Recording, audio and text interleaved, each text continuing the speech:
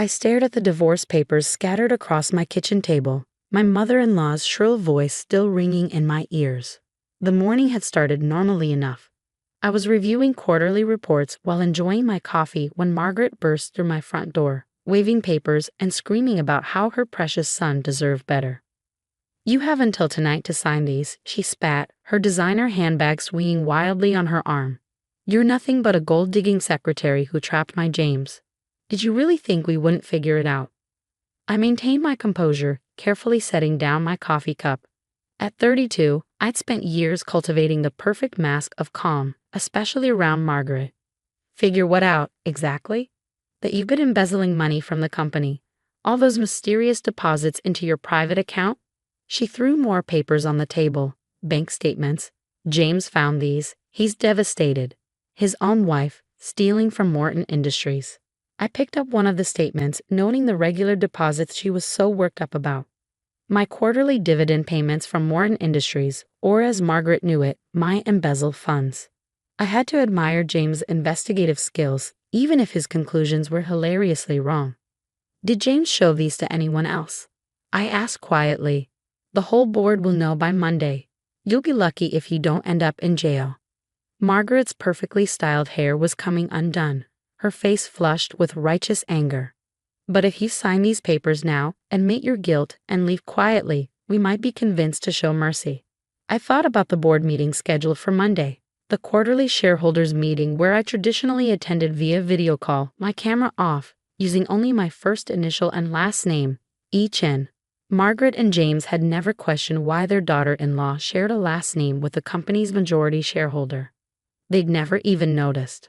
"And what about my position at the company?" I asked, playing along. Margaret sneered. "You really think you'll keep your secretarial job after stealing? You should be grateful we're not calling the police right now.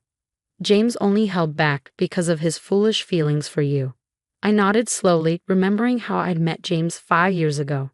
I was doing one of my periodic undercover stints as a secretary, something I'd started doing to understand my company from the ground up. James had been sweet, genuine, and completely uninterested in status or money. I fell in love with his kindness, his integrity. When he proposed after a year of dating, I said yes without hesitation. But I hadn't counted on his family. Margaret had been horrified that her executive son was marrying just a secretary. She'd spent the last 4 years trying to break us up, convinced I was a gold digger despite the fact that I never asked James for money, lived within his means, and drove a modest car. "You have until 7 p.m., Margaret declared, straightening her channel jacket. "James will be here to collect the signed papers. If you haven't signed," she let the threat hang in the air. After she left, I sat quietly at my kitchen table, looking at the bank statements she'd thrown down. 4 years of careful planning, of keeping my true identity hidden to protect my relationship, all undone because James had gotten suspicious about my separate bank account. I picked up my phone and made 2 calls. The first to my lawyer, the second to my assistant, my real assistant, not the front I maintained at the office. "Sarah, I need you to move up the shareholders meeting to today. Emergency session, 2 p.m. And please make sure all board members attend in person." I paused, then added, "including James Morton and his father." "Yes, Ms. Chen. Should I prepare the quarterly reports?" "No need. I have something else in mind for this meeting." I spent the next few hours preparing, changing from my casual weekend clothes into one of the power suits I usually reserve for major business meetings. At 1:45 p.m., I walked into Morton Industries headquarters through the front door, not the side entrance I usually used when playing my secretary role. The security guard did a double take. He was used to seeing me in modest business casual attire, not Armani. "Mrs. Morton." "Miss Chen, actually," I corrected gently, holding up my CEO badge, the one I'd never had to use before. "I believe the board is expecting me." His eyes widened as he connected the dots. I could almost see the memories flashing through his mind. All the times he greeted me with casual friendliness, never realizing he was talking to the owner of the company. The elevator ride to the top floor was quiet. I used the time to center myself, to prepare for what was coming. The boardroom doors opened to a full house. Every member present, including my father-in-law Richard Morton and my husband James. "What is she doing here?" Margaret's voice cut through the quiet murmur of conversation. She'd apparently invited herself to the meeting, probably hoping to witness my downfall. This is a shareholders' meeting. I walked to the head of the table, where my usual empty chair waited. Yes, it is, I agreed, setting down my briefcase. And as the majority shareholder, I called it. The silence was absolute. James's face had gone pale, his father's red. Margaret looked like she'd been slapped. I believe there are some concerns about unusual deposits into my personal account. I continued, my voice steady.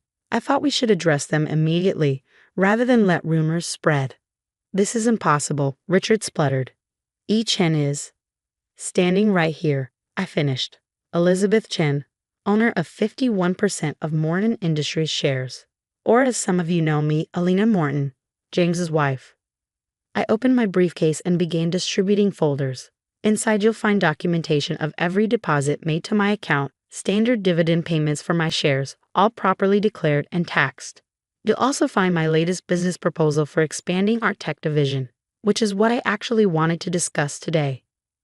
James was staring at me like he'd never seen me before. In a way, he hadn't. I never let him see this side of me, the CEO, the businesswoman, the owner of a billion-dollar company. Why? His voice cracked. Why didn't you tell me? Because I wanted someone to love me for me, I said softly. Not my money, not my position. Just me. And you did, James, until you let your mother convince you I was a criminal. Margaret had sunk into a chair, her face ashen. The bank statements she'd thrown at me this morning were clutched in her shaking hands. Now, I turned back to the board. Shall we discuss the actual business at hand? Unless anyone else would like to accuse me of embezzling my own money. The meeting proceeded, though nobody seemed particularly focused on the tech division proposal. James kept staring at me, his expression a mix of shock, hurt, and something else. Pride? His father looked like he was having trouble breathing, and Margaret had fled the room 10 minutes in. After the meeting, I packed up my briefcase and headed for the door. James caught up with me at the elevator. Elena?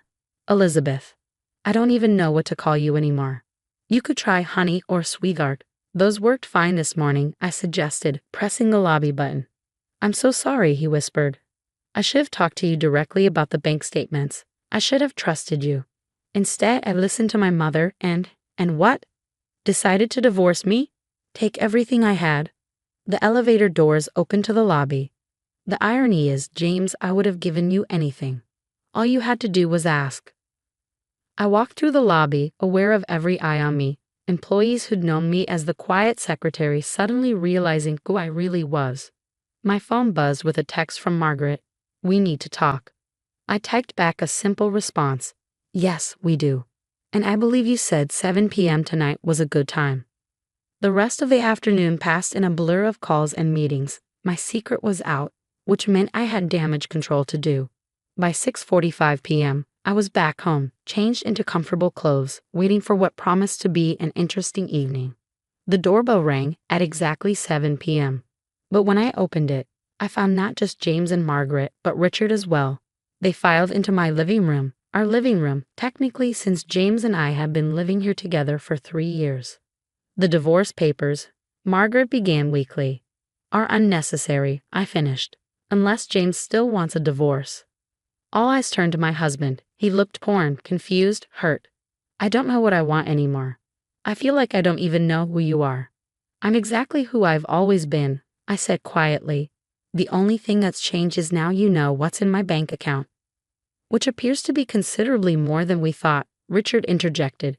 He'd been unusually quiet until now. Why maintain the charade?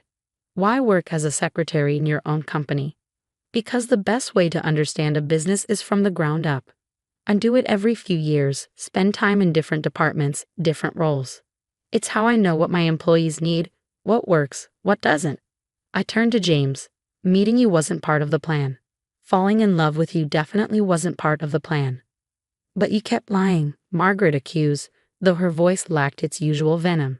I kept my privacy, I corrected. The only lie I told was about my position in the company. Everything else, who I am, what I believe in, how I feel about James, that was all real. Margaret sat stiffly on my couch, her earlier bravado completely deflated. The divorce papers she'd thrown at me this morning lay untouched on the coffee table between us. I still don't understand, James said, breaking the tense silence. All these years, watching my mother treat you like, like a gold digger? Like someone beneath you? I finished for him. Tell me, James, if I told you the truth when we met, would you have believed our relationship was real? Or would you have wondered if every woman who showed interest in you was just after your family's company? Understanding dawned in his eyes. As an executive son, he dealt with his share of social climbers. You wanted to be sure it was real.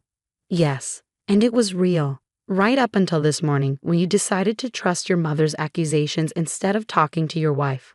Richard cleared his throat. About those accusations, the board will need some kind of statement about today's revelations. I smiled coolly. You mean they'll need reassurance that their CEO isn't actually an embezzler? I think today's meeting cleared that up. Though we should probably address why a board member, you James, was investigating shareholders without proper authorization. James had the grace to look embarrassed. When I saw the deposits, I didn't know what to think. They matched our quarterly dividend schedules, but the amounts were exactly what someone owning 51% of the company would receive. I finished. Did you ever wonder why each had never attended meetings in person? Why they only joined by video camera off? We assumed they were overseas, Richard muttered. Singapore, maybe, given the name. You assumed what was convenient, I corrected. Just like you assumed your secretary daughter-in-law couldn't possibly be anything more than what she appeared. Margaret finally found her voice. All this time, you let me treat you like you must have been laughing at us. Actually, I was disappointed. I stood walking to my home office and returning with a thick folder. This contains every investment proposal James has brought to the board over the last 4 years. Proposals that were repeatedly dismissed because they came from the boss's son. Proposals that could have doubled our market share if anyone had bothered to read them properly. James stared at the folder. You read them? Of course I did. They're brilliant, especially the renewable energy initiative from last year. The one your father dismissed as too risky. I've spent 6 months quietly laying the groundwork to implement it. Richard's face reddened. Now wait just a minute. No, you wait. I cut him off. For 4 years, I've watched you underestimate your own son because you're too proud to admit he might have better ideas than you. I've watched you defer to mediocre men with MBAs while ignoring innovative proposals because they came from the wrong person. That ends now. I opened the folder, pulling out a particular document. This is a restructuring proposal. Effective immediately, James will be heading our new green technology division, reporting directly to me. That is, I turned to my husband, if he still wants the job. James looked stunned.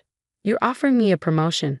After today, I'm offering you the chance to prove what I've always known, that you're more than just the boss's son. You're brilliant at what you do, James. You just needed someone to see it. I paused. Though I understand if you'd rather not work with your wife. Margaret made a choking sound. Work with? You own the company. Yes, I do, which means I also own the building where your charity holds its monthly meetings, Margaret. The one you've been using rent-free because of your husband's position on the board. I smiled pleasantly. We should discuss that arrangement soon. The color drained from her face. You wouldn't. Wouldn't I? This morning you were ready to have me arrested. Now you're worried about losing your free office space. Richard stood abruptly. We should go. Margaret, come on. But James didn't move. He was still staring at the folder containing his proposals. You really read all of them. Every word. The solar panel manufacturing proposal. Brilliant. The wind farm initiative. Could revolutionize our energy division. The only thing holding these projects back was office politics and ego. After his parents left, James and I sat in silence for a long moment. Finally he spoke. I owe you an apology, several actually. Just one will do, I said softly, for not trusting me enough to ask me about the bank statements directly. He nodded, looking ashamed. When Mom showed me her evidence, I let her get in my head. Again, like I always do. I know, it's why I never told you the truth.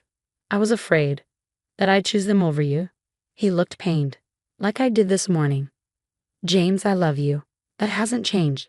But yes, I worried that if you knew who I really was, your family's influence would poison it somehow.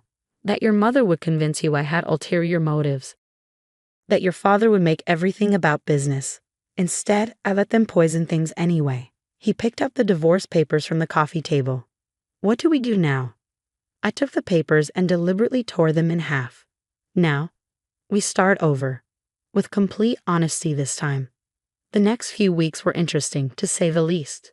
Word spread quickly through the company about my true identity. The employees who had known me as Elena, the secretary, were initially shocked, then amused as they recalled all their casual interactions with their CEO.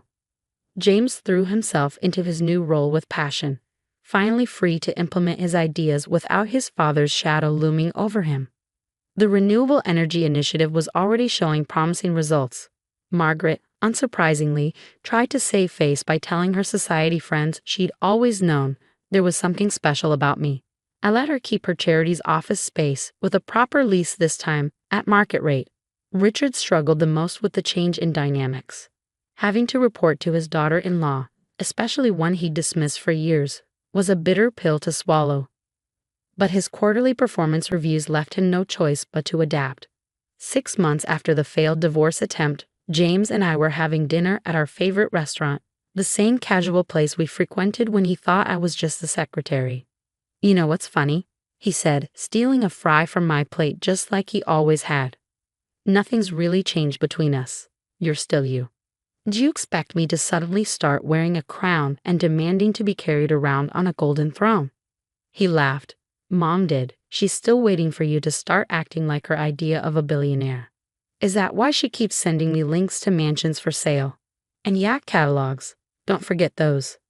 I smiled, remembering the latest glossy brochure that had appeared in our mailbox.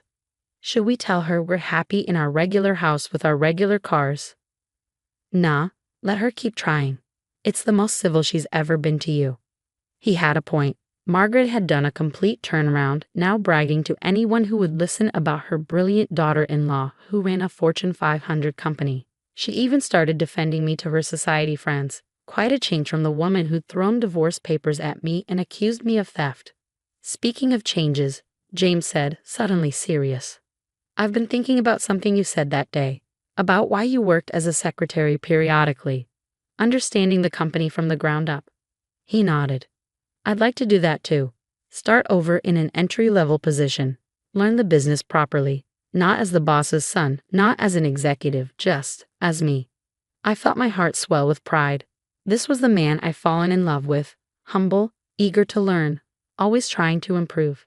"I think that's an excellent idea," I said. "But you should know, office romances are generally discouraged." He grinned, "Even with the CEO?" "Especially with the CEO. Although, I pretended to consider it. I might make an exception for the right candidate." As we finished our dinner, I thought about how differently things might have turned out if I'd signed those divorce papers that morning. If I'd let Margaret's cruelty and James' doubt drive me away. Instead, I'd stood my ground, revealed my truth, and given James the chance to prove he was the man I always believed him to be. 1 year to the day after Margaret's attempt to force our divorce, we held a vow renewal ceremony. Small, intimate, just the way we'd wanted our first wedding to be before his family took over the planning. This time, there was no society wedding announcement, no elaborate flower arrangements, no string quartet. Just us, being honest about who we were and what we meant to each other.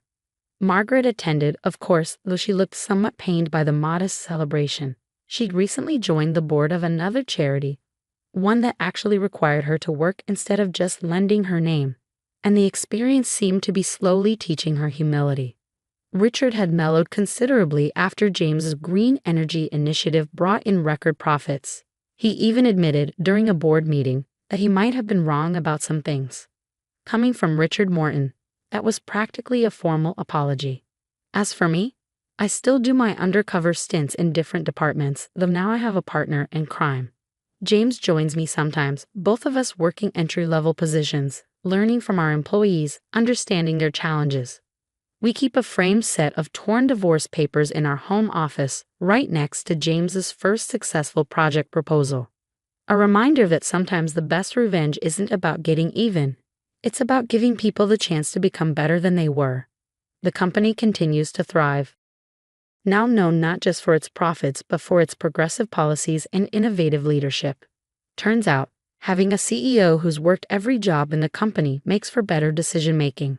And those bank statements that started it all. They're filed away somewhere in Margaret's house, a reminder that appearances can be deceiving, and that sometimes the secretary you're looking down on might just be signing your paycheck.